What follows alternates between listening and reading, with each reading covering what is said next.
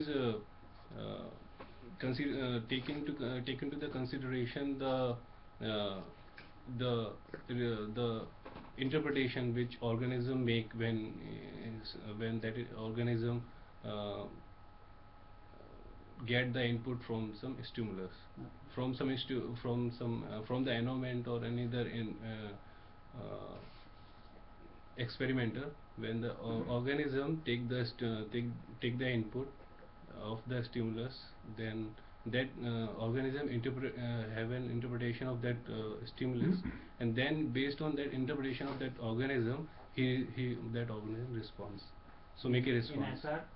In SR, they don't consider Can the you organism explain part. with an example? Uh, like in classical theories, they didn't consider the interpretation. They didn't consider the organism intervention from organism. In classical theories, given by uh, Weber and given by Weber, you can say. There were other also classical thinkers, but Weber was the famous so one. fundamental difference, you would say there is an element of subjectivity in SOR and there is no element of subjectivity in SR theory, right? Subjectivity. I mean, in SR, if there is a stimulus, there will be response. There will be response. It is more mechanical, and SOR theories are something which take into the consideration that organism can think and can interpret. Do you see any link between computer and SOR theories? SOR theories and computers. Yes. No computers, and there is no link between computers and SOR theories. Yes, there are links. Anyways, uh, there is another concept known as social representation in psychology. Social representation. Yes. What is it? I'm not able to recall this concept. There are attribution theories in psychology as well. Attribution theories, yes, there are attribution theories in different, like in attitude, there are attribution theories in various concept. There are attribution theories. Can you explain on basis of these attribution theories the largely, I mean, the perceived failure of Indian bureaucracy on front of development? On base of attribution theories, okay. One effect of there is a very famous error in attitude making. There is a false attribution error. So that is generally what human beings generally do when they form any attitude of any object or event or any other human beings. So false attribution error can be said to have played a role in the mind of bureaucrats when they see things in their surroundings, and they might have prejudice or some biasness in their attitude. So Attribution, I'm not concerned much with attitude.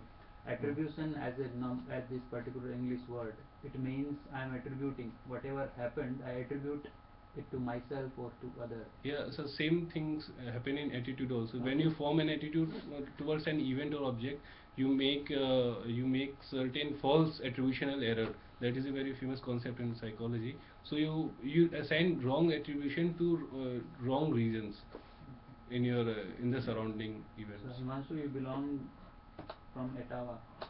No, I was born in Etawah, Okay. but my father belonged to. There is a village near Tundela, and that is a town. Anyway, you have some link with Etawah, right? Yeah, I was born there. For what Etawah is famous? Etawah, in historical perspective, A.O. Hume, who played a foundation role in formation of Indian National Congress, he was the district collector of Etawah. Okay. And recent Chief Minister of UP, Akhilesh Yadav, has also uh, basic links from Etawah. He was also born Any in Etawah. environmental significance of Etawah? Etawah is situated on the banks of Chambal. Environmental, I would say. I mean, some sanctuary or some reserve in Etawah. I'm not very much aware of that. Anyway, you studied in school, Paramount Theosophical Convent School. Yes. So, what is this theosophy and how is it different from theology? I'm not aware of that. Theosophical was a movement in US, and Annie Besant was the leader, one of the very prominent leader of Theosophical movement, and there was a Okay, Theosophical okay, fine. society, and that's all I have. Himanshu, your optional is PubEd. So what is PubEd? Public administration.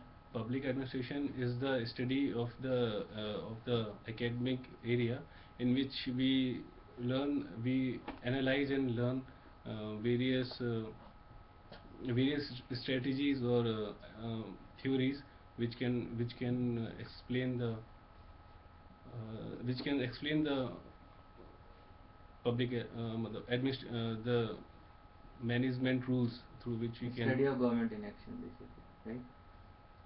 Public administration, yes, we can Study say. of government in action. Government. Application part also needs to be included, right? Yes. Okay. So contribution of Dwight Waldo in PubEd, public administration. Dwight Waldo, N NP. I'm confused. Minnow with Brook this. Conference. Okay, NPA, New Public Administration. Okay. I'm confused with this NPM or NPA, but I guess this is NPA in Minnow Brook Conference. Yeah, Right? Minnow Brook Conference was NPA. NPA. Okay. Okay, so Okay, so when was the last Minnow Brook Conference held? it occurred in 2008, Minnow Brook 3. Conference 3. And next one will be?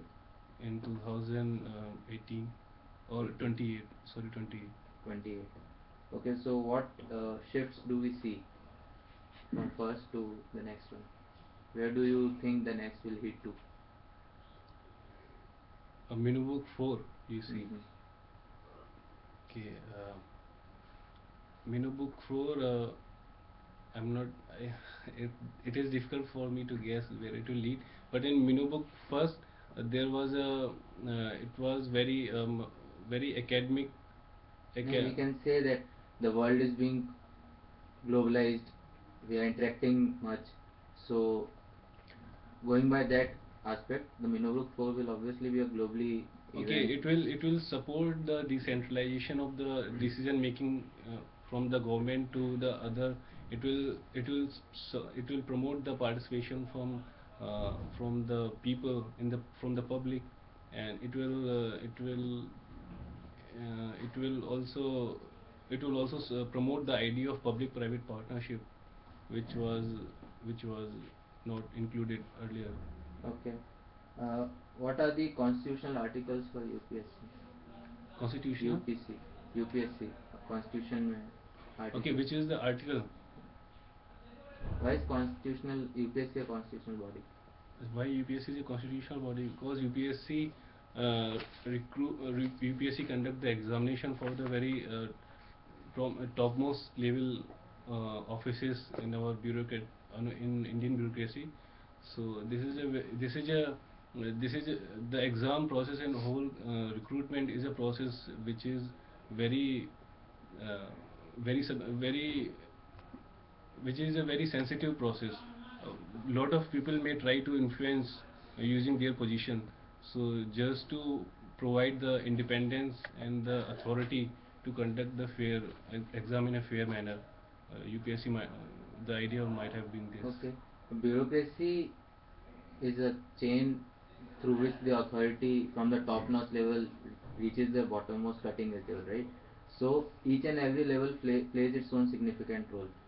Don't you think that giving UPSC a constitutional position, we are making the top notch services a elite and hence cutting off from the lower level and thus continuing the legacy from the British times of covenant, non-covenant services? This can be a view of this can be a view. I'm not totally discarding this view, but what I feel about providing the constitutional status to UPSC is so, let me reform my Okay. answer. Okay. I believe that UPSC has a plenty of work to do. There are so many examination, and if we see the schedule of UPSC generally get preoccupied with so many exams on almost all the weekends and the Sundays. So I I What feel that have seen UPSC is the also other having- bodies which takes the exam, SSC, Uh-huh. they should also have been given a constitutional status